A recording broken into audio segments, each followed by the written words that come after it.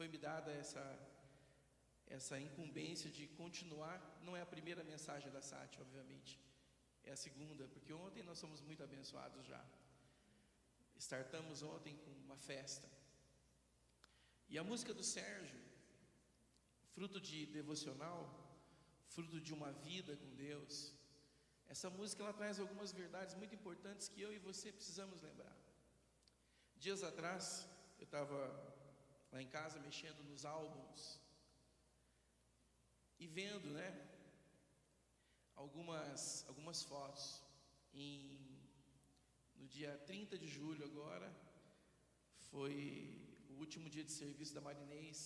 30 anos atrás, ela começou a trabalhar na igreja no dia seguinte. Um mês depois, exatamente, 30 anos atrás, eu também comecei a servir lá na igreja em Maringá.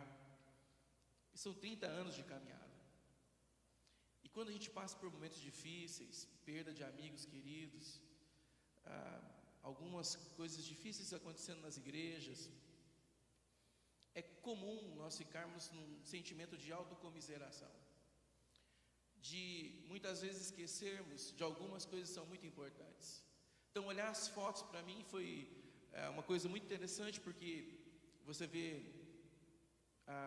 que a gente engordou um pouco, eu engordei, alguns amigos emagreceram, graças a Deus, mas que eu envelheci também. Eu tinha muito mais cabelo, meu cabelo agora está fininho, já estou até considerando não ter mais em cima aqui já, mas tem uma história de 30 anos, tem uma história que vem atrás de nós. Tive na semana passada com um grupo de líderes do Brasil, falando do ISBEL. Muitos disseram assim: nossa, mas fulano não é formado no ISBEL, fulano não é formado no ISBEL, o outro é formado no ISBEL também. Descobri que o primeiro missionário, filho do primeiro missionário que estava aqui no Brasil, eu tinha umas fotos dele, bebezinho, no colo do pai. Está agora dirigindo um seminário em São José dos Campos. Você vai vendo a história. Encontrei uma mulher, pastor Jacó, que o pai dela foi com o senhor para o Peru. Ela é médica hoje, lidera um grupo de médicos que viaja o Brasil inteiro fazendo missões. E o pai dela foi com o senhor, um membro de igreja, que foi lá conhecer a igreja no Peru, que é a base daquilo que nós temos sonhado como igreja. E ela disse assim: você é da igreja de Maringá? Meu pai foi lá com o pastor, lá para o Peru, conheceu uma igreja que era uma igreja viva. Tem uma história atrás de nós. E nós precisamos lembrar de algumas coisas. E eu venho nessa manhã assim com muita humildade, lembrar você de algumas coisas muito importantes que o Sérgio lembrou a gente na música aqui, mas que estão na Bíblia toda. O que o Sérgio canta é fruto de um relacionamento com Deus e com as Escrituras, ao ponto de que ele pode dizer assim: eu sei que o meu Deus suprirá todas as coisas. Ele não tirou isso de qualquer lugar, ele não tirou isso das músicas que as pessoas cantam lá, da bossa nova, de um amor que eles nunca viveram. O Sérgio viveu esse amor. O Sérgio experimentou esse jardim. E eu e você também temos experimentado. Talvez em níveis diferentes, de momentos diferentes, de jeito diferente. Talvez nós não façamos música. Talvez eu e você não contemos histórias do jeito que ele contava, através dos seus dedos, dos seus acordes. Mas nós estamos contando essa história ao longo da nossa vida. Eu escolhi um texto que está conhecido de nós, em Êxodo capítulo 33, os versos 7 a 17. Moisés costumava montar uma tenda do lado de fora do acampamento. E ele chamava de tenda do encontro. Quem quisesse consultar a Deus ia à tenda, fora do acampamento. Sempre que Moisés ia até lá, todo o povo se levantava e ficava de pé à entrada das suas tendas, observando-o até que ele entrasse na tenda. E assim que Moisés entrava, a coluna de nuvem descia, ficava na entrada da tenda, enquanto o Senhor falava com Moisés. Quando o povo via a coluna de nuvem parada na entrada da tenda, todos prestavam adoração de pé, cada qual na entrada da sua própria tenda. O Senhor falava com Moisés face a face, como quem fala com um amigo. Depois Moisés voltava para o acampamento, mas Josué, o filho de Num, que lhe servia como auxiliar, ele não se afastava da tenda. Disse Moisés ao Senhor: Tu me ordenaste, conduz esse povo, mas não me permites saber quem enviará comigo. Disseste: eu conheço pelo nome, e de você tenho me agradado. Se me vês com agrado, revela-me os teus propósitos, para que eu te conheça e continue sendo aceito por ti. Lembra-te de que esta nação é o teu povo. E respondeu o Senhor: eu mesmo acompanharei e lhe darei descanso. Então Moisés lhe declarou: se não fores conosco, não nos envie. Como se saberá que eu e o teu povo podemos contar com o teu favor, se não nos acompanhares? O que mais poderá distinguir a mim e a teu povo de todos os demais povos da face da terra? O Senhor disse a Moisés: farei o que me pede, porque eu tenho me agradado de você e te conheço pelo nome. Amém? Você sabe que Moisés estava em maus lençóis nesse momento.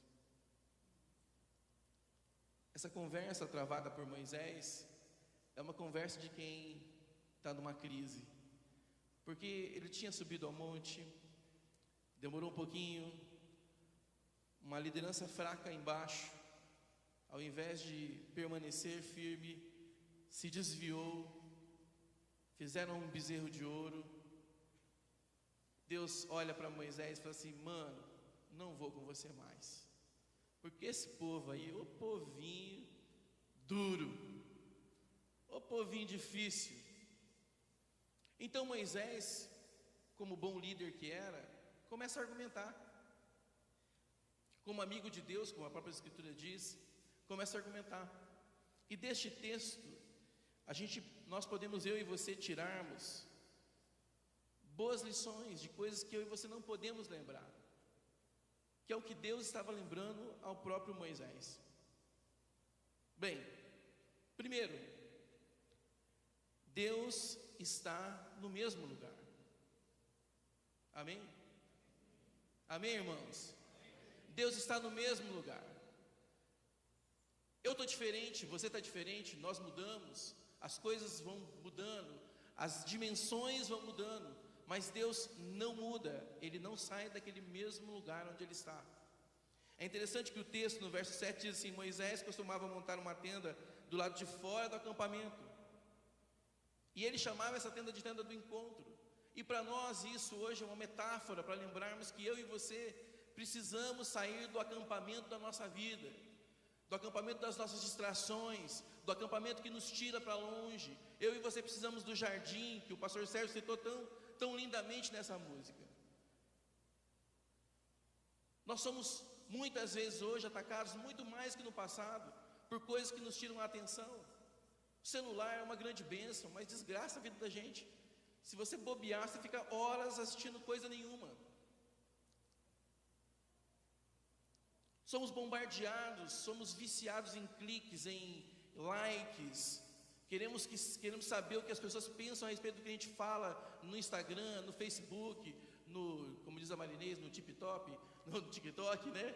Eu não sei onde é que você está, não sei onde é que a tua igreja tem colocado as coisas, mas quem sabe eu e você ficamos tão distraídos, esperando, viciados em like, viciados em aprovação, que esquecemos de ir para o jardim e dizer assim: Senhor, o Senhor está me aprovando? O Senhor está olhando para a minha vida e dizendo: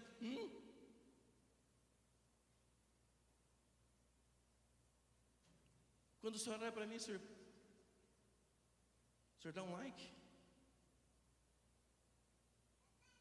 Deus continua no mesmo lugar. Quem se afasta somos nós.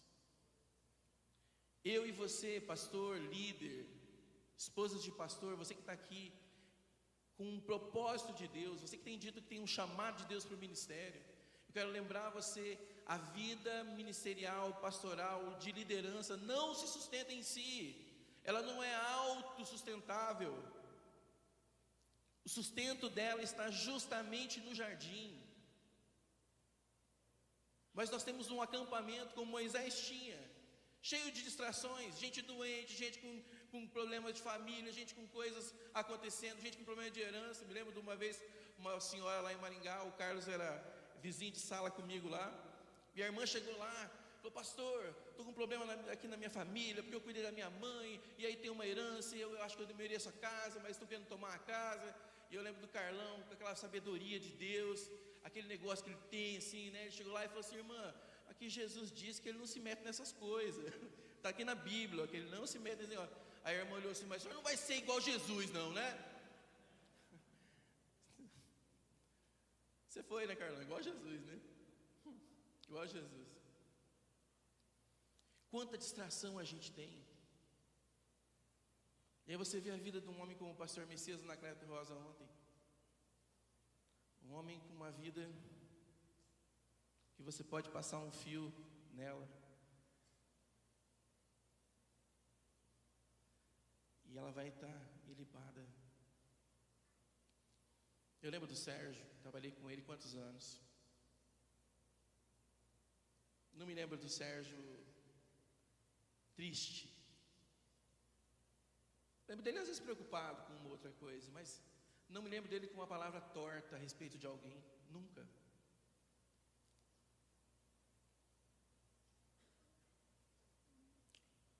O que distrai a gente? O que distrai você? O que está roubando o teu silêncio? Eu preciso te lembrar que Deus não está em silêncio, nunca. Como assim, Sandro? Deus não está em silêncio? Não. As Escrituras estão ali falando, e falando, e falando, e falando. Talvez Deus não está dizendo o que você quer que Ele diga, porque nós gostamos de manipular a divindade o tempo todo.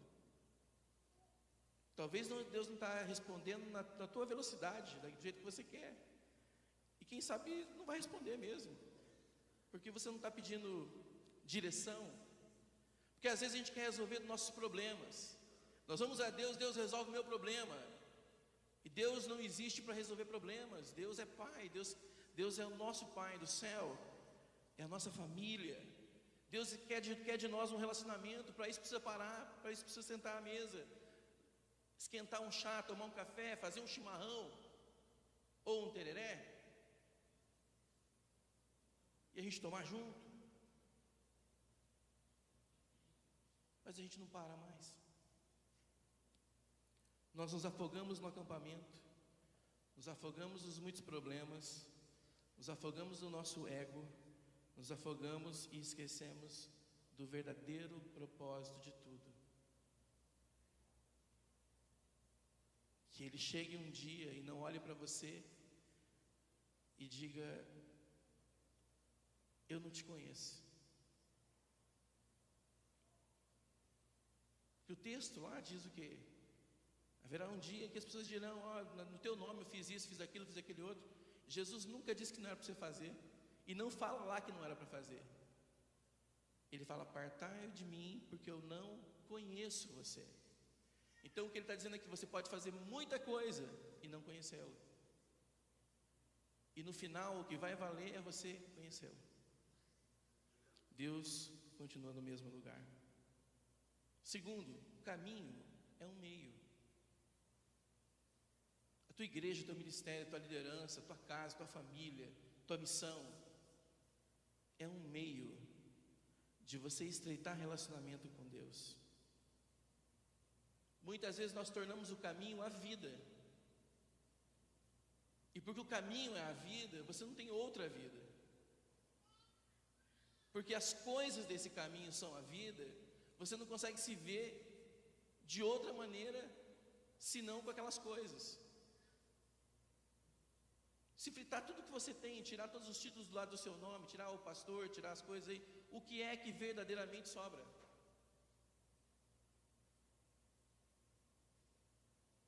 Tire de você o título de pastor da sua igreja, tire de você o título de líder da sua igreja, tire de você o título de pai, de marido, de tudo. O que sobra?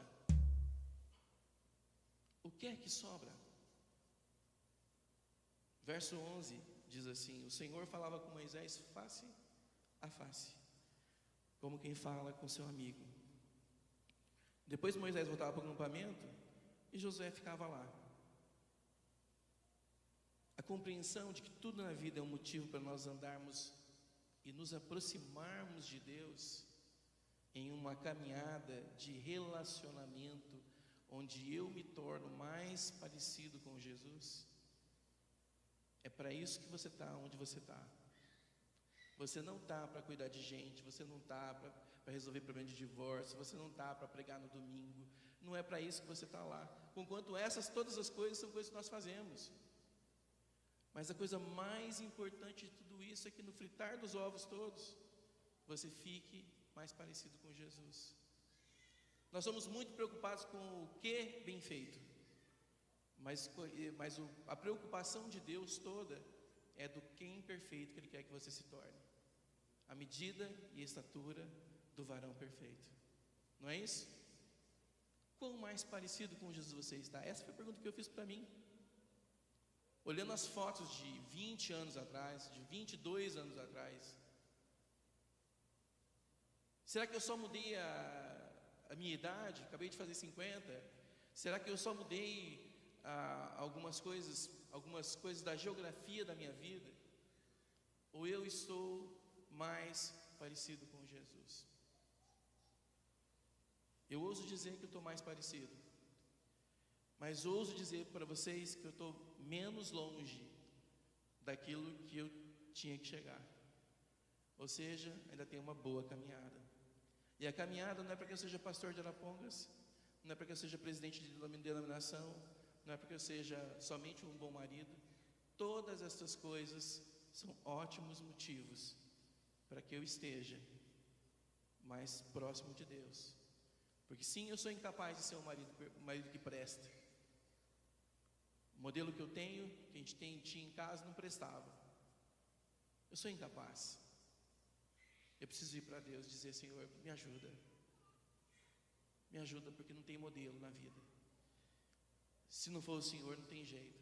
Eu sou incapaz de presidir uma denominação como a nossa, mesmo que não somos muito grandes, mas eu sei das minhas incapacidades. Eu sei que, por exemplo, toda essa organização não tem nada a ver com o meu tipo de pessoa. Teve um monte de gente com outros dons que estiveram fazendo isso, e louvado seja Deus por isso. Eu sou incapaz. Então eu tenho que ir a Deus: Senhor, manda gente, manda pessoas. Eu sou incapaz de resolver alguns problemas que estamos agora, algumas igrejas fechando, e não é gostoso fechar a igreja.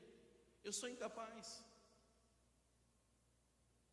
Mas eu preciso ir a Deus e dizer assim: Senhor, este é o meio, tem todos estes problemas. Eu quero ouvir o que o Senhor faria, o que o Senhor quer, qual é a sua vontade, qual é a sua direção. E você? Está indo no osso do peito, achando que você consegue manipular Deus? Está fazendo os seus joguinhos lá na sua igreja, fazendo coisinha, você como líder, você está fazendo do teu jeitinho, achando que Deus não está te olhando? O que você está fazendo é mais parecido com Jesus, é mais parecido com um administrador, um Pablo Marçal da vida? Eu espero que não. Conheço quase que todos vocês bem de próximo. Eu sei que são pastores sérios, homens e mulheres de Deus, que querem ver a obra de Deus indo avante. Mas, irmãos, nós somos pegos muitas vezes assim nos detalhezinhos, sabe? Aquele negocinho. E a gente começa a achar que o caminho, que as coisas, que o prédio, que isso tudo é tudo. Não é tudo. Porque no final, o último encontro, Jesus só vai dizer assim: eu te conheço. Eu sei quem você é. No verso 12, Moisés diz assim: tu me ordenaste. Ele começa a repetir o que Deus falou: conduz esse povo, mas não me permite saber quem enviarás comigo. Você disse, eu te conheço pelo nome, você tem me agradado. Se me vês no agrado, me fala dos teus propósitos. Moisés começa a pedir sinais. Por quê? Porque ele se perdeu no caminho. Moisés está perdido no caminho. Então ele começa a querer sinal.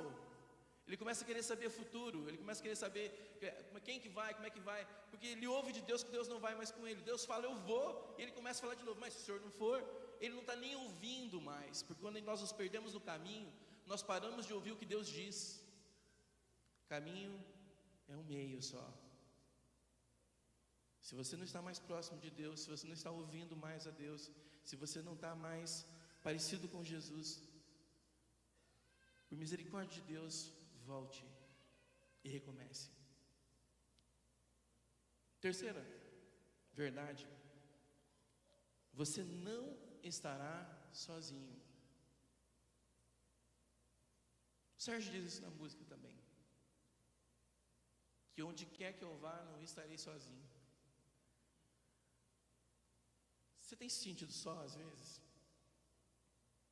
O pessoal fala que 75% dos pastores líderes não terminam bem, e um dos problemas que eles acusam muito é a solidão, estar só. Mas Deus disse para a gente que nós não estaríamos sozinhos. E é interessante que a resposta de Deus não é a resposta que Moisés pede. Me fala os seus propósitos, me fala quem vai comigo. O que Deus responde para ele? Veja lá no verso 14. Respondeu o Senhor, eu mesmo o acompanharei, e eu lhe darei o quê? Descanso. Gente bem acompanhada trabalha menos. Às vezes nós trabalhamos demais, porque o jugo do nosso lado é um jugo torto, é um jugo pesado. Eu não sou a favor de você ficar o dia inteiro morcegando. Eu sou a favor de a gente trabalhar. Mas às vezes, e eu me lembro que fui chamado a atenção quando eu era pastor mais jovem, pelo meu pastor, ele falava assim, cara, você anda de um lado para o outro, mas você não produz nada. E era verdade mesmo, a gente anda muito, mas não produz muita coisa.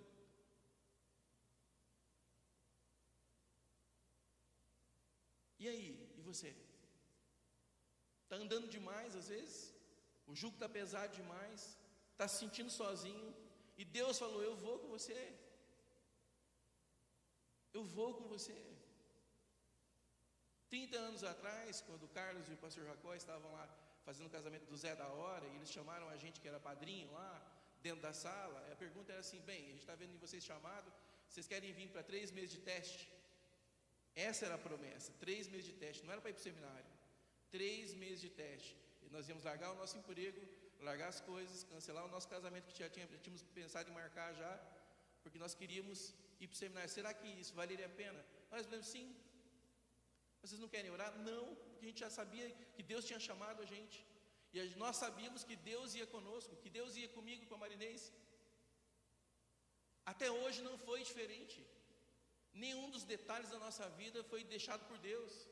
Nós pegamos todo o nosso acerto, compramos um carro da minha cunhada, dias depois roubaram o bendito carro, ficamos sem R$1, sem nada, sem dinheiro nenhum. Na minha cabeça, minha maior preocupação, não vou ter dinheiro nem para pagar uma Coca-Cola para minha namorada.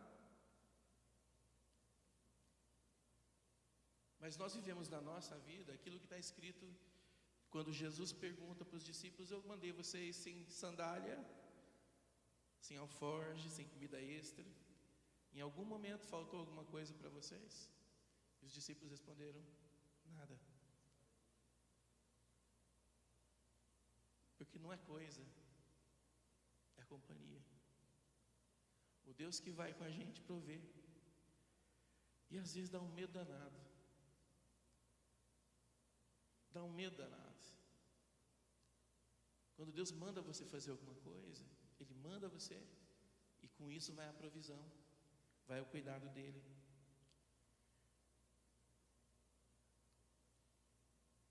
Deus não disse absolutamente nada. Ele só disse, eu vou, e você vai descansar. Quando eu e você andamos com Deus de perto e sabemos que Ele está presente, nós ficamos um pouquinho mais atentos à voz dEle. Então não fazemos muita asneira, ou pelo menos não tentamos, né? Porque está em boa companhia. Você pergunta para Deus: e aí, Deus, será que eu tenho que fazer esse negócio mesmo? Será que vai rolar?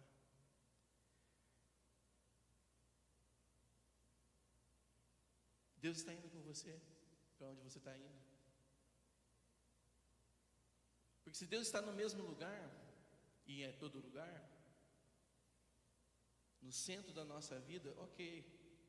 Mas se Ele saiu, se Ele misturou com o acampamento, se a coisa endoidou, se não tem mais lugar do encontro dentro de nós, Deus está indo com você para onde você está indo? Responda para você mesmo. Responda para você: Deus está indo com você para onde você está indo? Ou você está indo sozinho?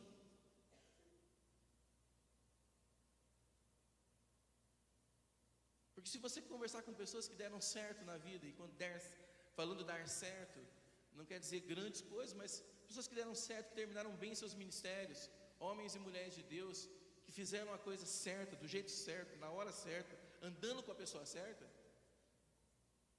eles vão sempre dizer: eu fui e Deus foi comigo. E aí Deus proporciona uns encontros de vez em quando. Eu encontrei o primo da Jerusa, aqui em Londrina. Tínhamos uma reunião. Ele é um grande líder hoje, um dos maiores líderes hoje no povo indígena. E ele falou assim: eu conheci Jesus através do Zé Cabral. Ele falou: eu entreguei minha vida a Ele. Peguei a foto do teu pai esses dias atrás, estava lá, já foi embora também. Mas ele falando da gratidão, aquele menino, que estava todo mundo meio junto, meio misturado, né? Ainda não era uma igreja missionária, ainda era a igreja daquele grupo, que era uma missão. E ele falando das dívidas, com esses homens de fé, gente fiel a Deus. Gente que deu sua vida. Sabe por quê? Porque eles estavam indo e Deus ia com ele. Lá no Moçambique eles cantam uma música assim: o Senhor vai e nós vamos atrás. O Senhor vai e nós vamos atrás. Nós vamos com o Senhor. E em último lugar, amém, irmãos? Estamos aqui, né? Amém? Em último lugar, a promessa se cumprirá. Deus ouviu o coração do povo e disse: eu vou tirar esse povo desse lugar e vou levar para um outro lugar muito melhor do que esse, a terra que mana leite e mel. E quando ele fala da terra que mana leite e mel, todo mundo pensa numa fazenda com uma varanda, com piscina, né? Com uma boa lagoa para você poder pescar uns tilápia lá, né? Era lugar de guerra. Demorou 40 anos para chegar, 200 para tomar.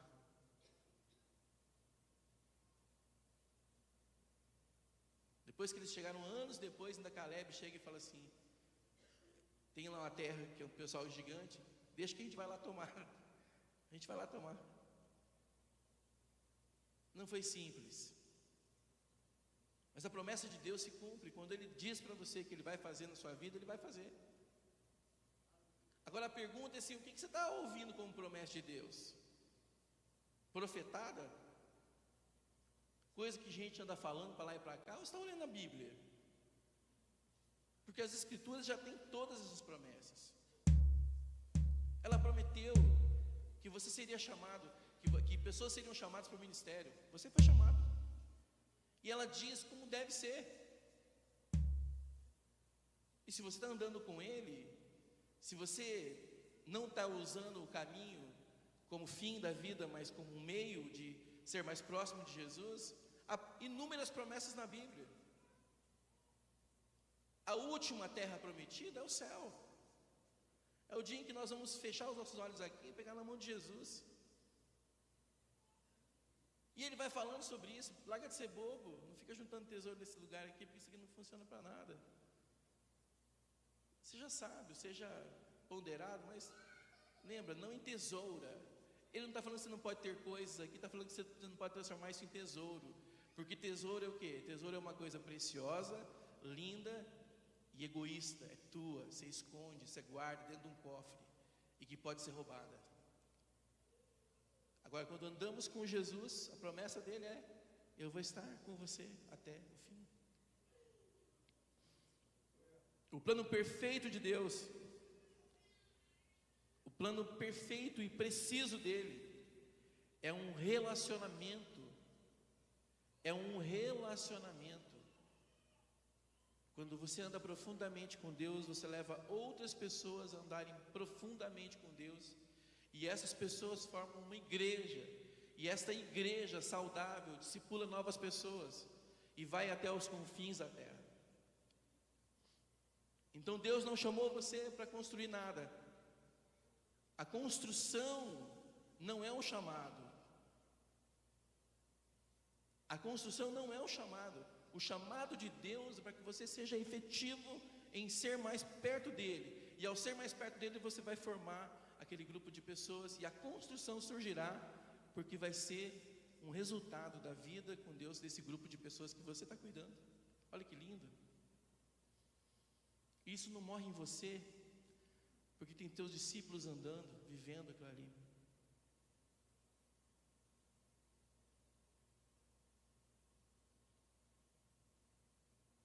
No verso 12, Deus diz: eu estarei com você. E esta é a prova de que sou eu quem te envia. Quando você tirar o povo do Egito, vocês prestarão culto a Deus neste monte.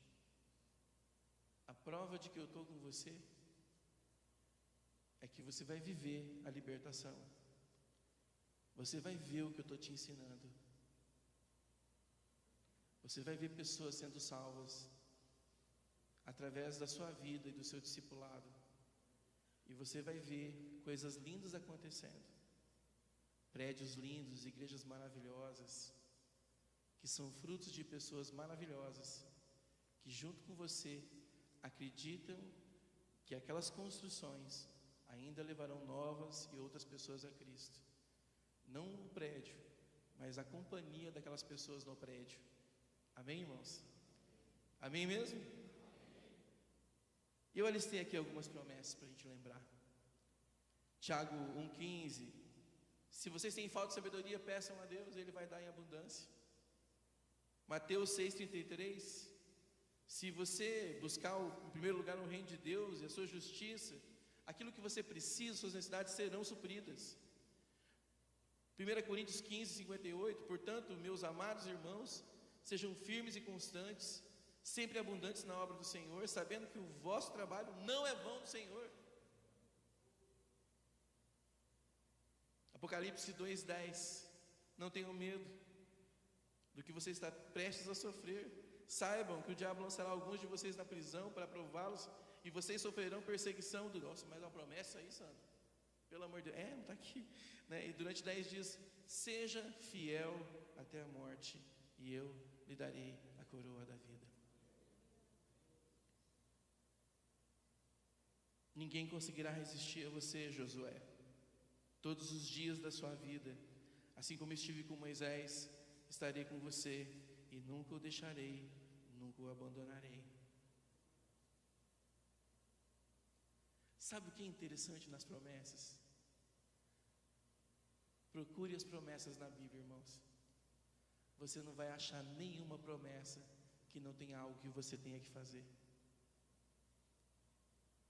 A promessa de Deus nos traz para a maturidade, para a responsabilidade.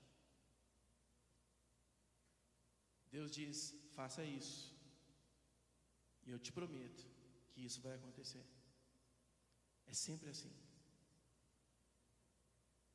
Então, para de ficar tentando buscar a promessa em que você não tem que se responsabilizar.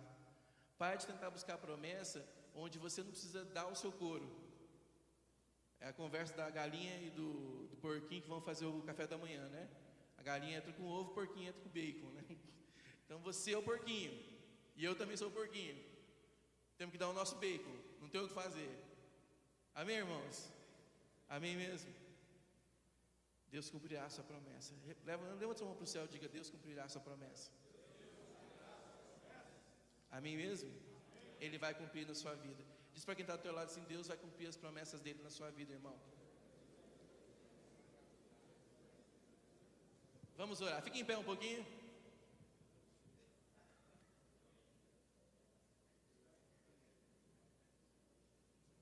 Em pé, estica assim. Estica. Feche seus olhos. Oh Deus, que bom, que gostoso estar com os meus irmãos aqui. Que bom lembrar dessas coisas. Que bom celebrar a vida do Sérgio, que nos deixou esse ano. Que bom podermos contar com a Tua presença todo o tempo. Que bom que o Senhor tem nos dado vitória. Que bom que as Tuas promessas se cumprem.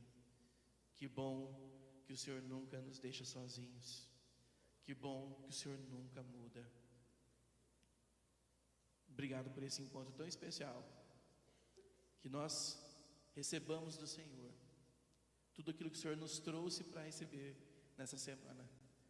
Em o nome precioso de Jesus. E todos digam amém.